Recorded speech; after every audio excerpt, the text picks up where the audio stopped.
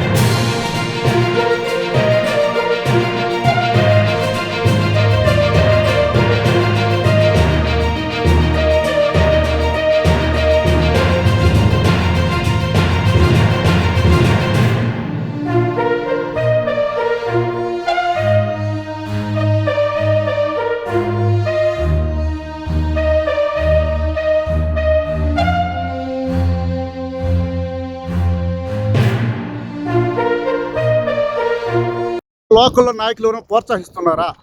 అవన్నీ మాకు తెలియదు సార్. కూలికి ఎవరు పిలిచినారు మిమ్మల్ని? ఇప్పుడు మీరు చేపలు పట్టే వాళ్ళు అన్నారు కదా, చేపలు పట్టే వాళ్ళంటే ఖాళీగా ఉన్నాము. సార్ వాళ్ళు వచ్చారు, అందుకని ఆపేసినారు. ఏ సార్ బా ఏ సార్ చెప్పు బా. పోలీస్ సార్ వాళ్ళు వచ్చినారు, పోలీసులు వచ్చి ఆపేయమన్నారు. పోలీసులు వచ్చి ఆపేయమన్నారా? మేము ఆపేసాం. ఎన్ని రోజుల నుంచి? అవన్నీ మాకేం తెలుసు సార్. కాదు బా, ఎన్ని రోజులుగా మీరు ఎన్ని రోజులు చేస్తూ ఉంటారు? మేము కూలి పనిగా మీరు ఎన్ని రోజులు చేస్తున్నారా? ఇప్పుడు ఎవరో బాలచంద్ర నాయుడు అని చెప్పారే, ఏమి మీరు వాళ్ళు ఎవరు వస్తారంటున్నారు సార్. వాళ్ళతో మాట్లాడదు, మాకు ఎందుకు చెప్తారు? ఎవరు ఇది?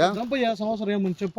ఇప్పుడు చంద్రబాబు నాయుడు ముఖ్యమంత్రి ఫ్రీగా ఇసుకిస్తే ఈ ఫ్రీ ఇసుకుని మీరు రాత్రి పూటల్లో హిటాచి ద్వారా లారీలకు డంప్ చేసి పంపిస్తున్నారని మాకు సమాచారం వచ్చింది.